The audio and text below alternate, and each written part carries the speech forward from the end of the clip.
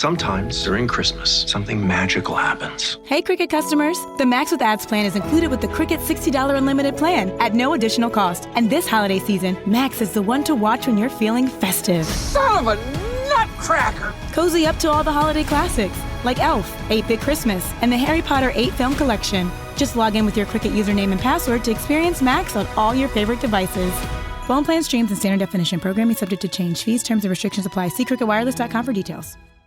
At Sleep Outfitters Outlet, great sleep is a big deal. Save 40 to 60% every day on every Sealy, Stearns & Foster, and Tempur-Pedic. Queens as low as $249. Customer exchanges, closeouts, and floor samples. Inventory changes daily, so come in for your dream deal today. With no credit needed financing, expert advice, and up to 60% off retail, it's never been easier to get the sleep and savings you deserve. Go to sleepoutfittersoutlet.com for financing details and to find a store near you. From Hollywood, it's time now for...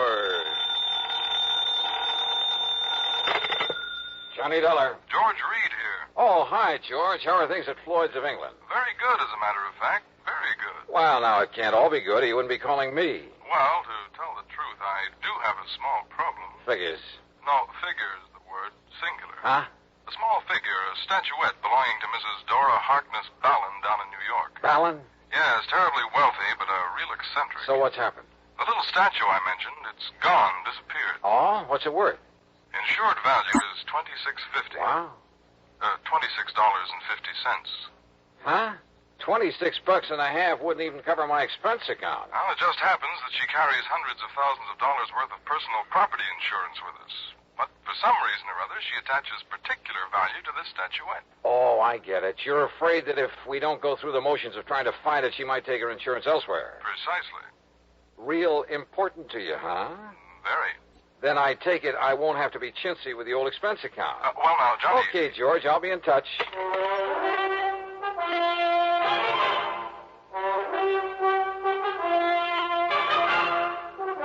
Bob Bailey in the intriguing adventures of the man with the action-packed expense account. America's fabulous freelance insurance investigator. Yours truly, Johnny Dollar.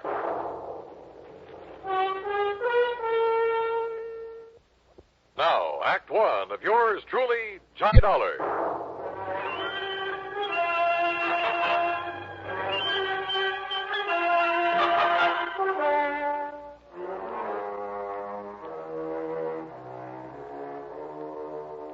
Expense account submitted by Special Investigator Johnny Dollar to Floyd's of England, North American Office, Hartford, Connecticut. Following is an account of expenses incurred during my investigation of the doting Dowager matter.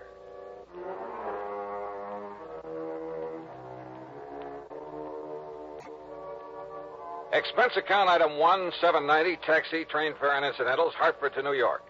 Item 2, $1 even for a cab from Grand Central Station to the address of Mrs. Dora Harkness Ballin over on East 73rd Street. It turned out to be one of New York's famous old brownstone houses, well preserved and reeking of an era long gone by. A uniformed butler ushered me into a large, high-ceilinged drawing room, and I could hardly believe my eyes. Ornate pre-Victorian furnishings, heavy red velvet draperies, huge lamps and crystal chandeliers, oil paintings all over the place, and gilded mirrors. Pretty fabulous. If you will be kind enough to wait here, Mr. Dollar, I shall tell Mrs. Ballin that you have arrived. Thank you. I know that she'll want to see you. Oh, excuse me, Master Harold. It's all right, Higgins. Has the mail come? Would you like me to check, sir? Yes, good idea. You know how Aunt Dora likes to see it the minute it gets here. Yes. Yes, the mail. The dear old common everyday mail. You're here to see Mrs. Ballin? That's right. I'm Johnny Dollar. I'm Hal Winters, her nephew. Hi. Say, tell me something. Yes? About this little statue that's missing.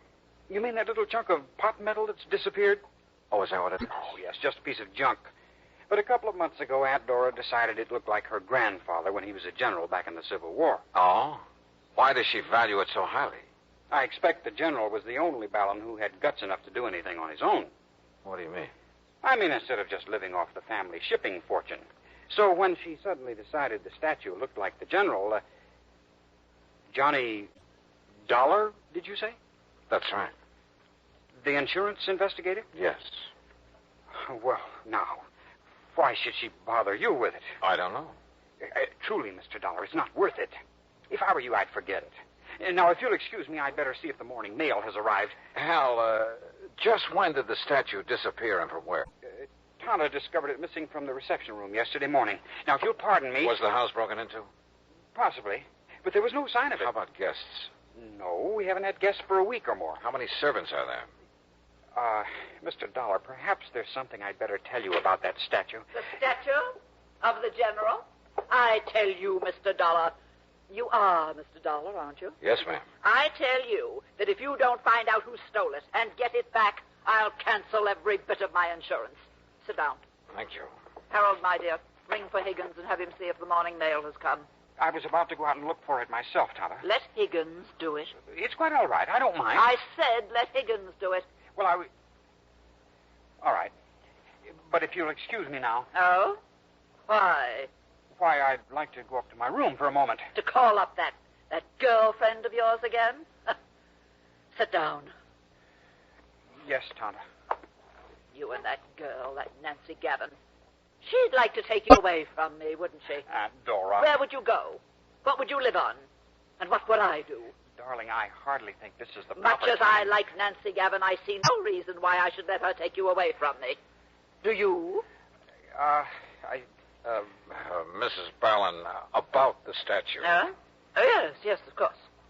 Mr. Dollar, you are to leave no stone unturned. Wow. Now tell me... I beg your pardon, Mum. Oh, Higgins, why do you sneak in on us this way?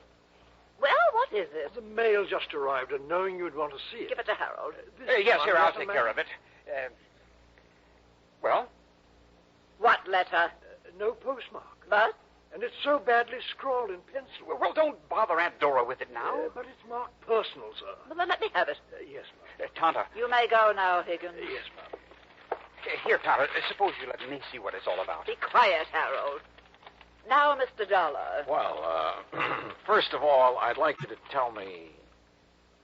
what's the matter, Mrs. Ballin? Oh. Aunt Dora, what is it? This letter. Yes? It's a ransom note. Ransom? For the return of the statuette. The general. They want $75,000. What?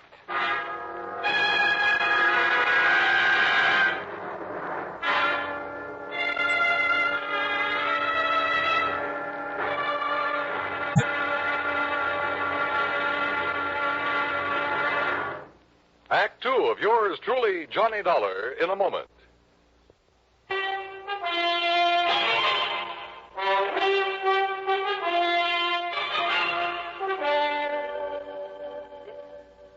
This letter, Mr. Dollar. Maybe you'd better let me see it, Mrs. Ballin. It's a ransom note demanding $75,000 for the return of my statuette of the general.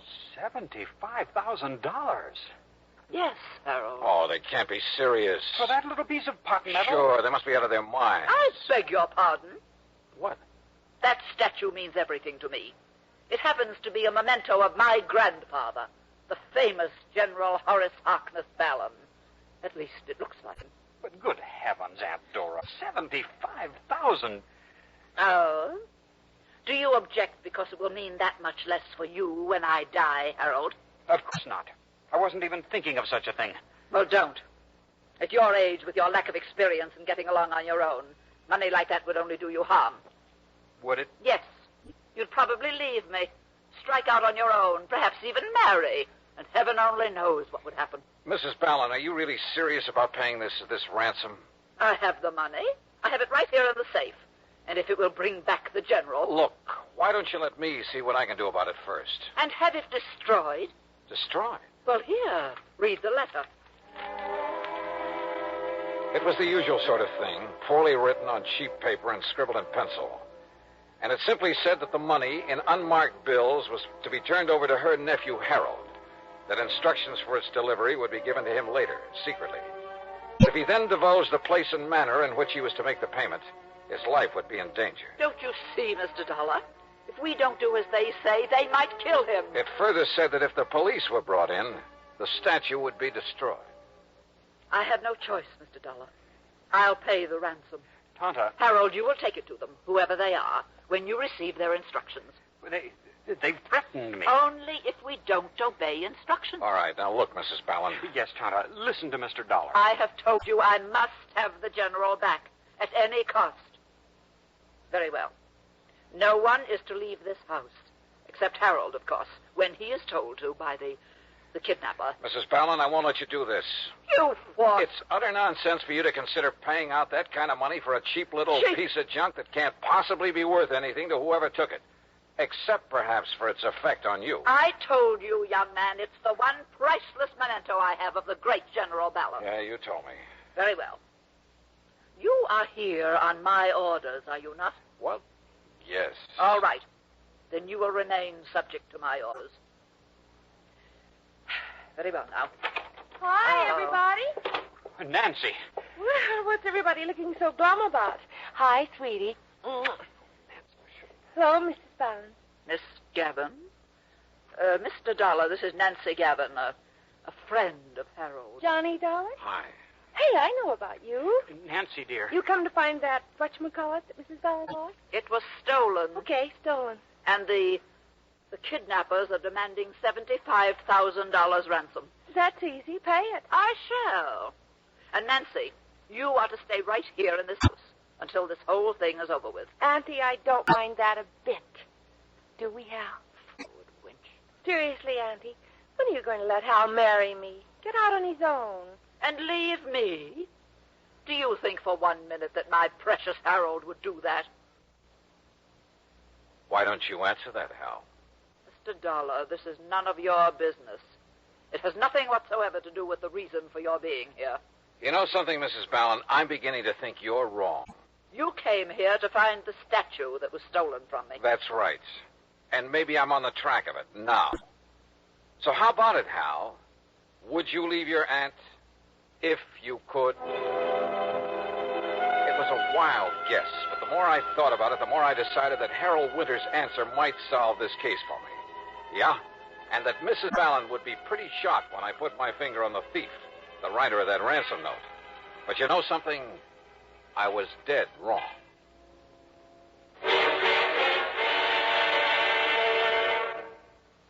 Act 3 of yours truly, Johnny Dollar, in a moment. And now, Act 3 of yours truly, Johnny Dollar, and the doting Dowager matter. Mr.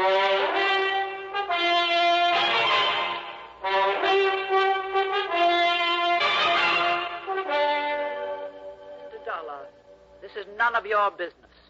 It has nothing whatsoever to do with the reason for your being here. You know something, Mrs. Ballon? I'm beginning to think you're wrong. So answer the question, Hal. Would you leave your aunt if you could? Yes. Yes, I would. What? You bet he would, Aunt Dora. You know he would. If you'd just break down and admit he's no longer a child to be tied to your apron string. Nancy. Give him a break and enough money to get by for a week or two, and he'll show you. Don't you want him to amount to anything? Of course I do. Well, he can't as long as you keep him tied up to you this way. But he needs me. Does he?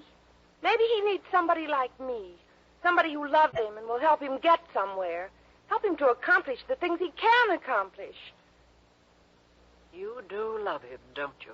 You bet I do. But so do I. And he loves me. He'd love you a lot more if he weren't so tied down to you. Harold? It's true, Aunt Dora. I never knew you even thought about leaving me. About going out on your own, as you put it. Because you never gave me a chance. Because you never thought of anyone but yourself. I'm sorry, Mr. Dollar. What? I mean that you've had to become involved in a family fight. Well, I'm not. Because now I think I know where to look for that statuette. Oh? Well, I wish you luck. Come, Nancy, I want to talk to you. Sure, honey, I want to talk to you. Now, wait just a minute. No, Mr. Dollar, let them go. Yeah, because I want to talk to you. Now, look. Isn't it pretty obvious? I knew that something was wrong when I first got here. Hal hadn't known you were going to call me in. So that when he saw me here... You didn't? No. It was my kind, thoughtful butler Higgins who called your insurance company. And he shouldn't have. The fact remains that when Hal saw me here, he tried to stop that ransom note he'd planted in your mail. Oh, now, wait, Now, please. about that ransom note. It was badly written, much too badly written, by someone who was trying to hide his identity. I'll wager that paper it was scribbled on came from right here in this house. Probably. And I'll bet that if I accuse him of it, Hal will break down and admit that he wrote it. Wait, Mr. Dollar. Yeah? I devoted many years to the care and upbringing of my nephew. I realize that. In the hope that he would someday go out on his own, accomplish something himself. Well, now listen. I know. Perhaps over the years I made him too dependent on I'd say me. yes to that. But that's because I am as I am and I can't change. But I kept hoping that he would change. That somehow, sometime, he would make just one desperate move to break away from me. But it would have to be of his own doing. So? For years, people have called me eccentric, and I've enjoyed the reputation. So I made a fuss over that cheap little statuette that I picked up in Coney Island one time as a child. Huh? Of course. That was the only sentimental value it had.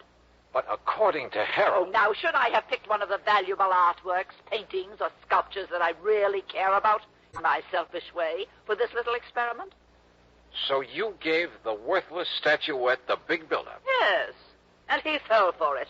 He believed that if it was stolen, I'd give almost anything to get it back.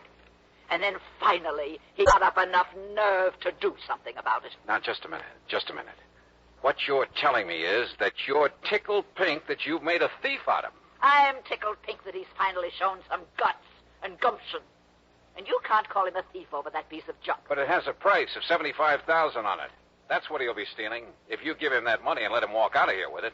No, he won't. What else can you call it? I like to be eccentric, remember? Oh, Mrs. Fallon. So the note I'll enclose with it, you know, when he tells me he's received instructions about where and how it's to be delivered. What note? In it I'll say, Dear Harold, the best of luck to you and Nancy.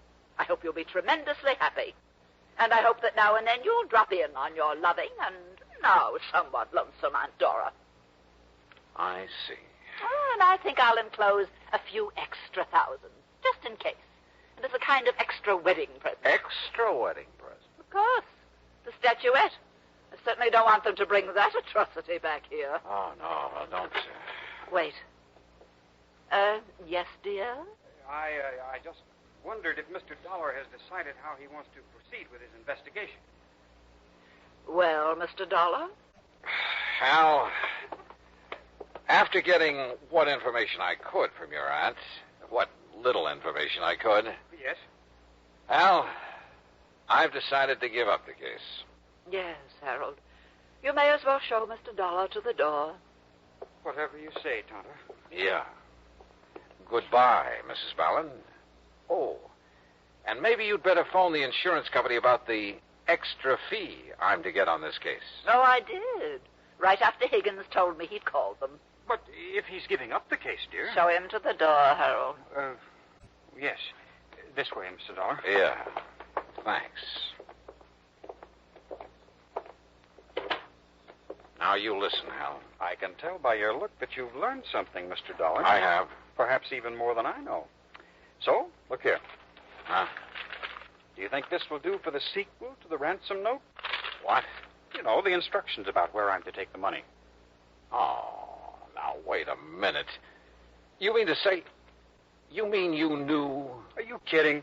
That's why I tried to discourage you in the beginning. But will somebody please tell me why? Tata, just being herself. You don't think for a minute she'd have just handed me the money, would have admitted she wants Nancy and me to get hitched. Don't you see? That would spoil her reputation for being an eccentric. Oh, and if you like, I'll send you the statuette when this is all over, as a souvenir. Well, I'll be...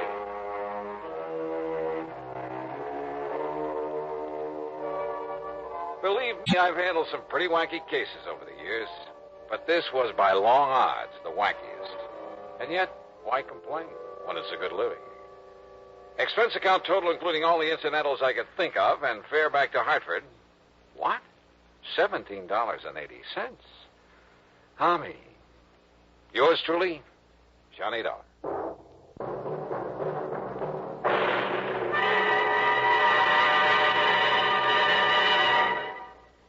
Our star will return in just a moment. Star to tell you about next week's story. Next week, well, if you've ever read the personal columns of your newspaper, you'll surely want to hear it. Join us, won't you? Yours truly, Johnny Dollar.